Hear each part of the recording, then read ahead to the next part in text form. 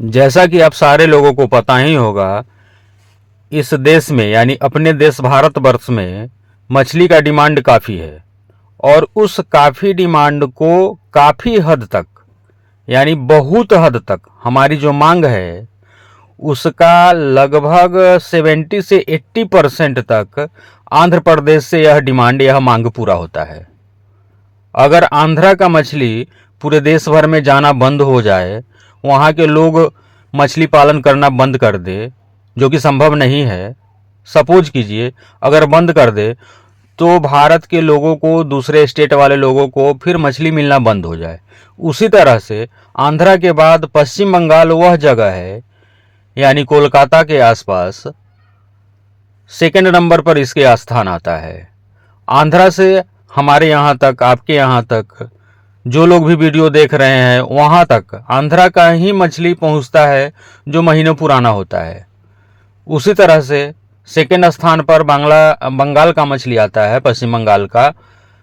यह जगह मालदह के आसपास 2-3 जगह है जहाँ से काफ़ी मात्रा में उत्पादन होता है और बिहार में, यूपी में, झारखंड में, यह 3 स्टेट और असम में चौथा स्टेट बहुतायत मात्रा में जिंदा मछली भेजा जाता है बंगाल से यानी कोलकाता से। तो क्यों हम लोग उस तरह का पालन नहीं कर लेते हैं, आज हम वीडियो में बताएंगे आपको। मेरा नाम बबलू सिंह, बिहार हाजीपुर के रहने वाले। कोलकाता नेहाटी में हमारा मछली के बच्चे का काम होता है। कोलकाता में न सिर्फ मछली के बच्चे का काम होता है अपना, बल्कि बड़े मछलियों का भी अपना काम होता है। कल का वीडियो जो लोग देखे होंगे उनको पता होगा, वहाँ का हमारा अभी का दौरा था, जो वीडियो हम डाले भी थे। एक जगह तालाब पर हार्वेस्टिंग चल रहा था, 4-5 गाड़ियाँ हमको यूपी में भेजना था वहाँ से लोड करवा करके। और बीच में हम बताना चाहेंगे कि आपको भी अगर बड़ी मछलियों का काम करना है तो स्क्रीन पर जो नंबर दिखाई दे रहा है उस पर आप कॉल करेंगे।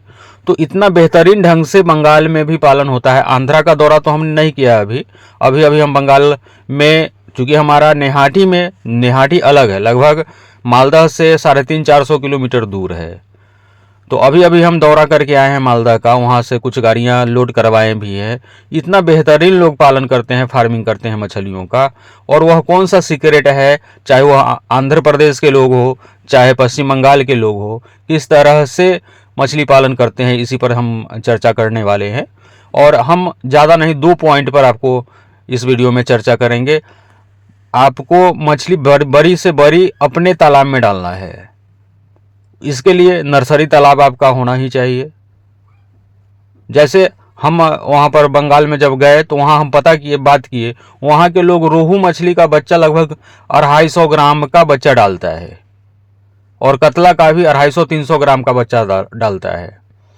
और 250 ग्राम के बच्चे वहाँ 5 से 6 महीना में रोहू मछली का 1.5 केजी का लोग कर ले रहा है और कतला का 6 महीना में 3-3 केजी का कर ले रहा है। तो हम लोग भी क्यों ना उस तरह से पालन करें।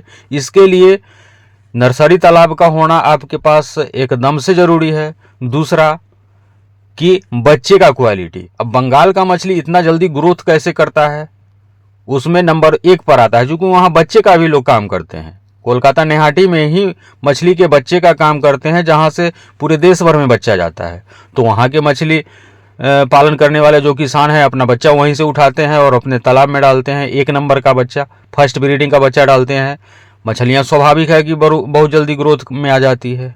और फीडिंग के नाम पर फीडिंग भी अच्छा खासा खिलाते हैं वो लोग, दाना भी खिलाते हैं। जब हम दाना की बात करते हैं तो हमारे जहन में आता है कि जब आप रोहू कतला का पालन करते हैं तो इसमें से आपका कतला है जो भाकुर मछली है, यह दाना खाती नहीं है। आप रोहू को कमर्शियल फीड खिला सकते हैं। और कतला जो अपना है, और आईएमसी में कतला, रोहू और मृगल आता है, जिसमें कतला मछली है या फिर विदेशी कार्प में सिल्वर कार्प मछली है या फिर बिग हेड मछली है। ये तालाब की ऊपरी लेयर में रहने वाली मछली है और यह दाना के नाम पर कुछ भी नहीं खाता है। तो आप पूछेंगे भैया खाता क्या है ये, काहे इतना जल्दी इसका ग्रोथ हो जाता है। आप देखते होंगे कि ऊपरी लेयर में पलने वाली मछली का ही ग्रोथ सबसे ज़्यादा होता है, जैसे भाकुर जिसको कतला बोलते हैं, जैसे सिल्वर कार्प, जैसे बिग हेड मछली। इन तीनों मछलियाँ, बिग हेड का ग्रोथ काफ़ी बेहतर होता है। कारण होता है कि यह प्लैंक्टन खाती है। सूरज का प्रकाश जब आपके तालाब में लगता है तो उससे प्राकृतिक भोजन बनता है। अब ऐसा नहीं है कि सिर्फ ऐसे ही प्राकृतिक भोजन बनेगा, उसके लिए आपको सरसों की खली डालना पड़ता है, उसमें गाय का गोबर डालना पड़ता है, उसमें ईस्ट पाउडर मिलाना पड़ता है, उसमें मिनरल मिक्सर पाउडर मिलाना पड़ता है। उसमें दूसरी मछलियों के लिए अगर मृगल वगैरह है, रोहू है, उसके लिए आपको राइस ब्रान या राइस ब्रान नहीं मिल रहा है आपको तो उसमें मक्का का दर्रा मिलाना पड़ता है, उसमें सिंगल सुपर फॉस्फेट मिलाना पड़ता है, उसमें यूरिया मिलाना पड़ता है। ये इससे आपके तालाब में जब इसको आप 1 सप्ताह तक सराहते हैं ड्रम में डाल करके और तब तालाब में डालते हैं, तालाब का फर्मेंटेशन बेहतर ढंग से होता है। फर्मेंटेशन यानी प्राकृतिक भोजन तैयार हो जाता है कतला के लिए, सिल्वर कार्प के लिए और आपके बिघन मछली के लिए। सिर्फ इसी मछलियों के लिए नहीं, आप रोहू को दूसरा चीज़ खिला सकते हैं, ग्रास कार्प को आप हरा चारा खिलाते ही हैं, मृगल मछली है जिसको नयन के नाम से जानते हैं, यह सड़ी गली चीज़ों को खा लेती है। तो कतला के लिए आपको तालाब में प्लैंकटन होना ज़रूरी है।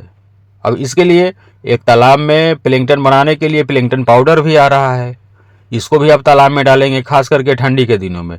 अब ठंडी के दिनों में आपको गोबर वाला जो फर्मेंटेशन करते हैं वह डालना बहुत अच्छा नहीं है, नहीं तो तालाब में अमोनिया वगैरह बनने लगेगा, दिक्कत हो जाएगा। तो उसके लिए जो रेडीमेड प्लैंकटन पाउडर आता है और जू प्लैंकटन बनाने के लिए जू ब्लूम पाउडर, वह अपना प्रोडक्ट है, इसको डालिएगा, तालाब में प्लैंकटन बना रहेगा।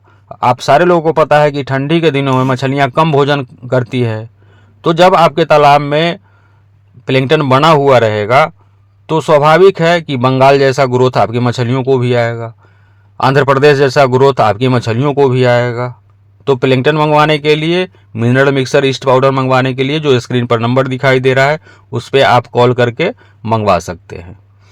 तो फर्स्ट में आपको यही सीक्रेट है कि आप अपने नर्सरी तालाब में मछलियों को 250 ग्राम का नहीं कर सकते हैं तो 100 ग्राम तो भैया कर ही सकते हैं। 100 ग्राम का ही बच्चा, अगर 200 ग्राम और 250 ग्राम का मछली अगर आप अपने कल्चर वाले तालाब में डालेंगे, स्वाभाविक है कि कतला आपका 4 से 5 महीना में 1 किलो से ऊपर हो जाएगा, रोहू 6 महीना में आपका 1 किलो से ऊपर हो जाएगा, 100% हो जाएगा।